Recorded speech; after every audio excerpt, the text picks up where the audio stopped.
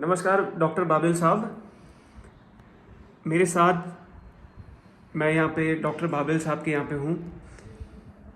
उन्होंने लगभग 250 से 300 350 बुक्स लिखी है कानून के ऊपर, और हम उनसे जानेंगे उनकी लाइफ की स्टोरी, उन्होंने इतनी बुक्स कैसे लिखी और उनको इंस्पिरेशन कहाँ से आती है और वो क्या मैसेज देना चाहते हैं सारे law students, law faculty and legal world of India and abroad. Yes sir. मैं जब LLB में अध्ययन कर रहा था तब कानून में हिंदी की पुस्तकों का बहुत अभाव था।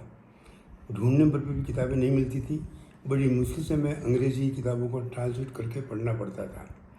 उसी समय मेरे दिमाग में आया, मेरे मन में आया कि क्यों नहीं कानून की किताबें हिंदी भाषा में लिखी जाए। तो मैंने उसी दिन संकल्प लिया कि मुझे आगे जा कर के हिंदी भाषा को बढ़ावा देना है और कानून की पुस्तकें यानी कानून के क्षेत्र में हिंदी को प्रतिष्ठापित करना है। वही लगन, वही एक इंस्पायरेशन मुझे उस समय मिला था जब मैं विद्यार्थी था, जब स्टूडेंट था। फिर मैं लॉ कॉलेज में प्रोफेसर रहा 7 वर्ष तक।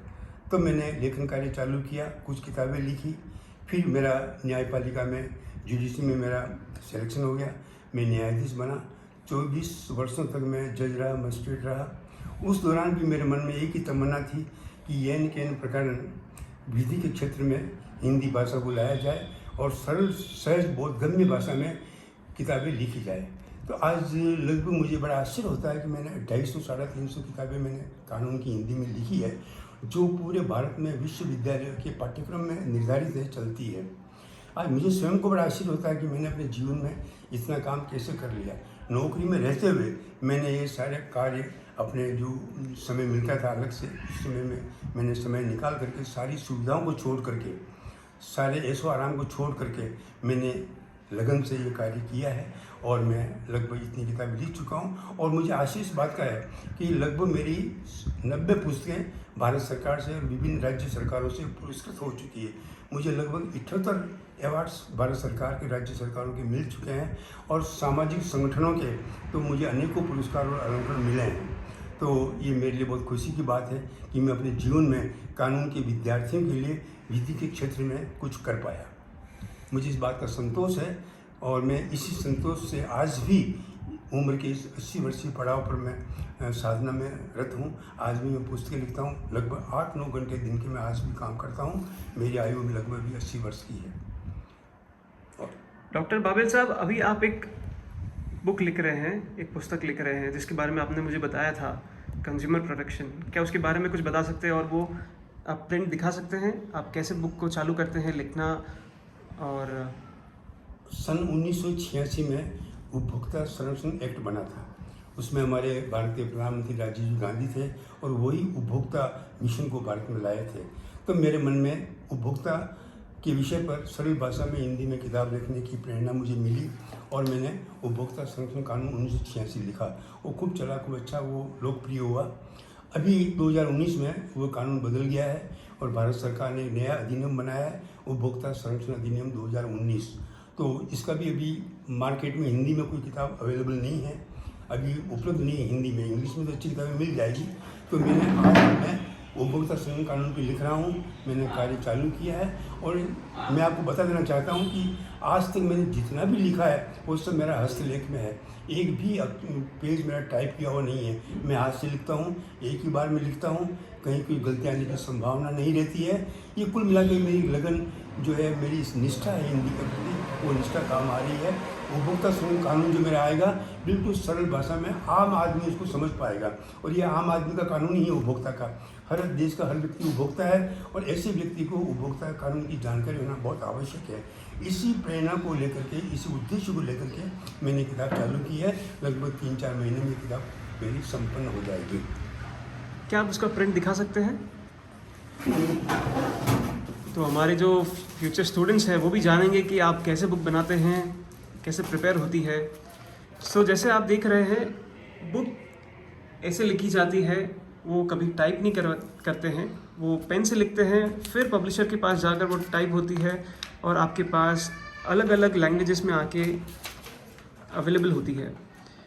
सो सर इतनी मेहनत करते हैं इतनी लगन के साथ, ये एज में भी वो अगर 8 से 10 घंटे काम कर रहे हैं और आपके लिए किताबें बना रहे हैं सो दैट आपका जो स्टडी मटेरियल है, आपकी जो अंडरस्टैंडिंग है लॉ की तरफ वो इजी हो पाए और कुछ भी डिफ़िकल्टी आपको फेस करनी पड़े तो आप सिर्फ उनकी बुक रेफ़र करके सारे डाउट्स क्लियर कर सकते हैं।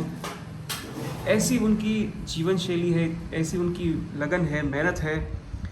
और मैं आपको दिखाता हूँ इतनी सारी किताबें। भारत सरकार द्वारा पुरस्कृत ये बहुत ही वेल नोन बुक है क्रिमिनल कोड आईपीसी के ऊपर। और उसके बाद हम दूसरी बुक्स भी देखेंगे। भारत का संविधान, the constitution of India, one of the most important books in law and जो इस देश को रन करता है, गवर्न करता है, वो है हमारा कॉन्स्टिट्यूशन। वो भी सर ने लिखी हुई है। ये यूपी गवर्नमेंट से अवार्डेड मोतीलाल नेहरू अवार्ड, ये यूपी गवर्नमेंट से अवॉर्डेड बुक है। मोतीलाल नेहरू अवार्ड मिला इस पर। Very good sir. ये हमारे लेबर पे है, श्रम उद्योग। ये लेबर एंड इंडस्ट्रियल लॉ। तो बेसिकली सर ने हर टॉपिक पे, आप लॉ में जो भी टॉपिक समझ लीजिए उस पे एक किताब लिखी हुई है। एक से ज़्यादा ही किताबें लिखी होंगी डेफिनेटली, लेकिन वो आपको टॉपिक तो मिल ही जाएगा। आपने डॉक्टर बाबेल की बुक तो पढ़ी होगी, लेकिन आज आप उनसे रूबरू मिल रहे हैं। ये चेहरा है कंपनी लॉ, जो आपके लिए लॉ सरल बनाता है। कंपनी लॉ है, इंडस्ट्रियल लॉ है, लेबर एंड इंडस्ट्रियल लॉ, बहुत सारे टॉपिक्स, अनेक बुक्स लिखी हुई है। तो यहाँ पे जो भी आप बुक्स देख रहे हैं वो सारी डॉक्टर बाबेल साहब ने ही लिखी हुई है। और अभी डॉक्टर बाबेल साहब, आप मुझे बताइए, आपका स्पेशल रूम है जहाँ पर आपने अवार्ड्स रखे हुए हैं, क्या आप वो दिखा सकते हैं हमें? चलिए।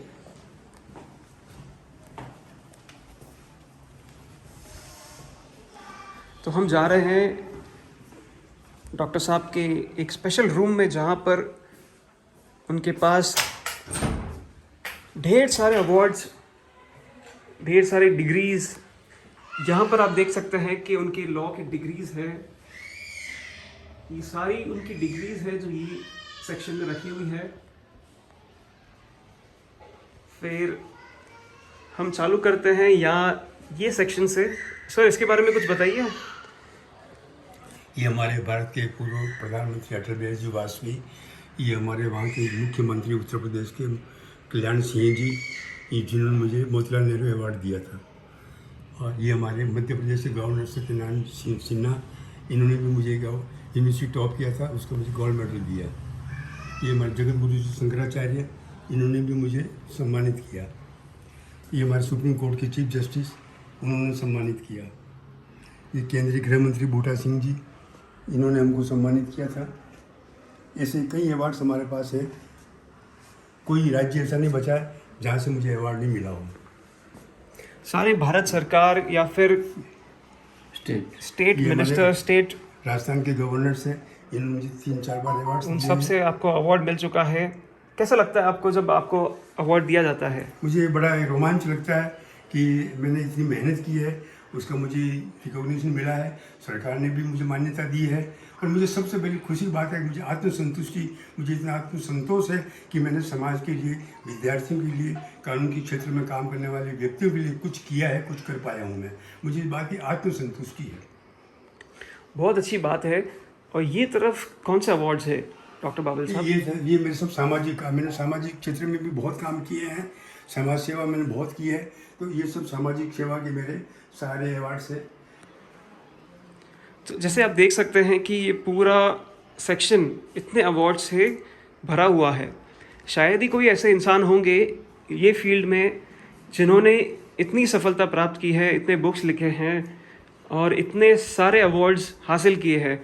तो बाबेल साहब, क्या आपके सारे अवार्ड्स यहाँ पे उपलब्ध है अभी, या और आपने कहीं छुपा के रखे हैं जो अब यहाँ पे फिट नहीं हो रहे? मेरे पास एक ही कमरा अवेलेबल था, तो तो जितने अवार्ड्स मैं एक कमरे में दे पाया उतने दिए हैं।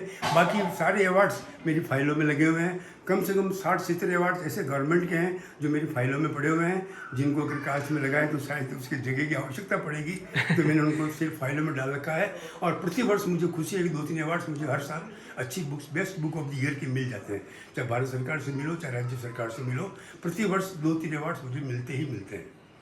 सर ये आपकी मेहनत है, लगन है और आपके स्टूडेंट्स की बेस्ट विशेज़ है जो आपके साथ आपको हमेशा इसमें सफलता प्राप्त करवाती है।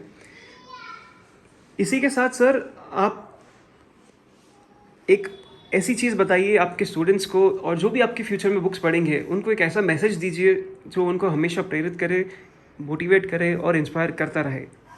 मेरा तो आपसे एक ही कहना है कि व्यक्ति ईमानदारी से और निष्ठा से काम करे। जो व्यक्ति ईमानदारी और निष्ठा से कार्य करेगा वो निश्चित ही आगे बढ़ेगा। दूसरी बात, अपने जीवन का एक लक्ष्य बनाए, अपना एक उद्देश्य बनाए। उद्देश्य बना के उसके पीछे पाने के लिए उसके पीछे लग जाए, तो कोई काम ऐसा मुश्किल नहीं है जो आप नहीं कर पाएंगे। तीसरा, आदमी में हिंदी के प्रति मेरा विशेष लगाव है, हिंदी के प्रति मेरी विशेष रुचि है, क्योंकि हमारी मातृभाषा है, हमारी राष्ट्रभाषा है। तो मेरा आपसे ये निवेदन है कि इस भाषा के प्रति आप लगाव रखें। मेरा मतलब ये नहीं कि आप इंग्लिश नहीं पढ़ें, जरूर पढ़ें, लेकिन हिंदी को आप थोड़ा विशेष महत्व देने का संकल्प लें, तो हमारी देश की राष्ट्रभाषा, मातृभाषा आगे आ पाएगी। मेरा तो आपसे एक निवेदन है कि आप जीवन में अपना लक्ष्य बनाएं, उद्देश्य बनाएं, उसके पीछे रहें। और ईमानदारी, निष्ठा, ये 2 चीज़ में पुरुषार्थ। तीसरा, ईमानदारी, निष्ठा और पुरुषार्थ, यदि जिस व्यक्ति के मन में 3 गुण है वो व्यक्ति कभी पीछे नहीं हटेगा, वो व्यक्ति हमेशा आगे बढ़ता रहेगा। तो आप ईमानदारी से काम करें, निष्ठा से काम करें और जीवन में जितना मेहनत, जितना पुरुषार्थ आप कर सकें उतना करने का प्रयास करें। दूसरा मेरा है कि हमें जो लोग हमारे कमज़ोर तबके के हैं उनके प्रति आप दया भाव, सहानुभूति रखें, ममता, दया, करुणा का भाव रखें। मेरे जीवन में मैं जज रहा हूँ 24 वर्षों तक, हमारे मन में हमेशा ये भाव रहता था कि समाज के कमज़ोर वर्गों को न्याय देना, उनकी अधिकारों की रक्षा करना, उनके हितों की रक्षा करना, और जितना हम उनको दे सकें उतना देने का हमको प्रयास करना चाहिए। जीवन आपका बिल्कुल सरल, सहज, बहुत गम्य होना चाहिए, सादगीपूर्ण जीवन होना चाहिए। आप एक लक्ष्य होना चाहिए। मेरी आप सबसे बहुत शुभकामनाएं, मंगल कामनाएं कि आप जीवन में अच्छे काम करें, आगे बढ़ें और एक उद्देश्य को बना करके उसके पीछे अर्जुन की तरह पीछे लग जाए। कि जैसे अर्जुन का लक्ष्य था कि चिड़िया की आँख को वेदना, आपका भी लक्ष्य हो कि मुझे काम करके बताना है, निश्चित आप उस काम में सफलता प्राप्त करेंगे। वैसे कहना शुभम बापना। शुभम जी आज आप पधारे, मुझे बहुत खुशी हुई और इन्होंने मेरा इंटरव्यू लिया है। शायद मेरे जीवन में पहली बार मैं किसी को इतना इंटरव्यू दे रहा हूँ। मैंने आज तक कभी इंटरव्यू दिया नहीं किसी को, लेकिन शुभम जी हमारे शुभचिंतक हैं। ये आए, इन्होंने सारा देखा हमारा काम, इन्होंने सराहाया और इनके मन में तमन्ना हुई कि ये मैसेज समाज को, सोसाइटी को मिलना चाहिए, तो इन्होंने मेरा इंटरव्यू लिया। मैं उनके प्रति बहुत बहुत आभार व्यक्त करता हूँ। सर ये मेरी एक बहुत छोटी सी इच्छा है कि आप जो फ्यूचर स्टूडेंट्स होंगे उनके बारे में उनको एक ऐसा मैसेज दीजिए कि एथिक्स कितना इम्पोर्टेंट है in the field of law.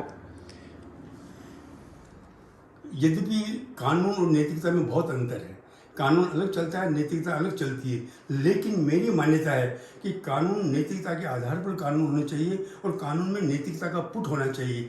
या अगर नैतिकता नहीं है तो कानून भी मेरी दृष्टि में अर्थहीन कानून होता है। तो हमेशा नैतिकता जीवन में सर्वोपरि होना चाहिए। जिस व्यक्ति के मन में, जिस व्यक्ति के जीवन में नैतिकता है, जिसका आचार विचार व्यवहार शुद्ध है, वो व्यक्ति हमेशा, वो चाहे कानून के क्षेत्र में हो चाहे किसी भी क्षेत्र में हो, वो सफलता की सीढ़ियाँ पार करे। तो नैतिकता का जीवन में बहुत महत्व है। पारदर्शिता, प्रामाणिकता जीवन में व्यक्ति को होना चाहिए, यही नैतिकता है। जिस व्यक्ति में प्रामाणिकता है वही व्यक्ति नैतिक व्यक्ति माना जाएगा और नैतिकता वाला व्यक्ति कभी पीछे नहीं रहेगा।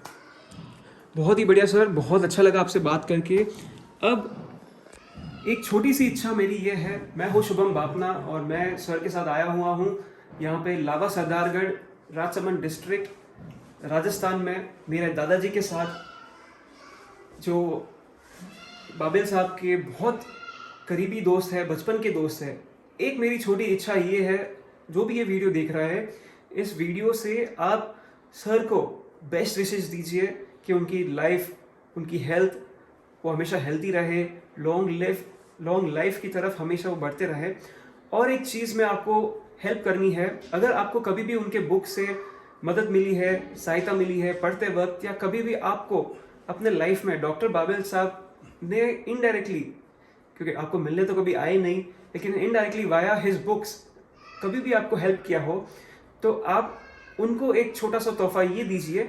Limca book of records, Guinness book of world records, उसमें कैसे सर को हम आगे बढ़ा सके और उनको एक रिकग्निशन दे सके उनकी मेहनत का, और उनके इतने सारे जो कार्यशाली की है उन्होंने लाइफ में, उसका एक छोटा सा तोहफा हम रिकग्निशन के तौर में अगर दे सके, दिला सके, तो बहुत अच्छी चीज़ होगी और बहुत अच्छा गिफ्ट होगा सर के लिए। और जैसे ही सर आपको ऐसी कुछ मिल जाती है, हम फिर से मिलेंगे और थैंक यू। बहुत ही अच्छा वाला एक मैसेज फिर से हम वर्ल्ड की तरफ, जो भी वीडियो देखेंगे उनकी तरफ हम पहुंचाएंगे। तो ये है डॉक्टर बाबेल साहब और ये थी उनकी लाइफ स्टोरी। इसी तरह आप भी सबको मोटिवेट करते रहिए। मेरा नाम है शुभम बापना, मैं हूँ डॉक्टर बाबेल साहब के साथ, और मेरे दादाजी बसंती लाल जी बापना। और इसी के साथ मैं वीडियो को एंड करता हूँ। आप जितने ज़्यादा लोगों तक पहुँचा सकते हैं वीडियो पहुँचाइए, और बताइए कि ये है चेहरा जो आपके बुक्स के नाम के साथ जुड़ा हुआ है और आपको हमेशा लॉ में हेल्प करता है, सपोर्ट करता है और आगे करता रहेगा। Thank you. धन्यवाद। आज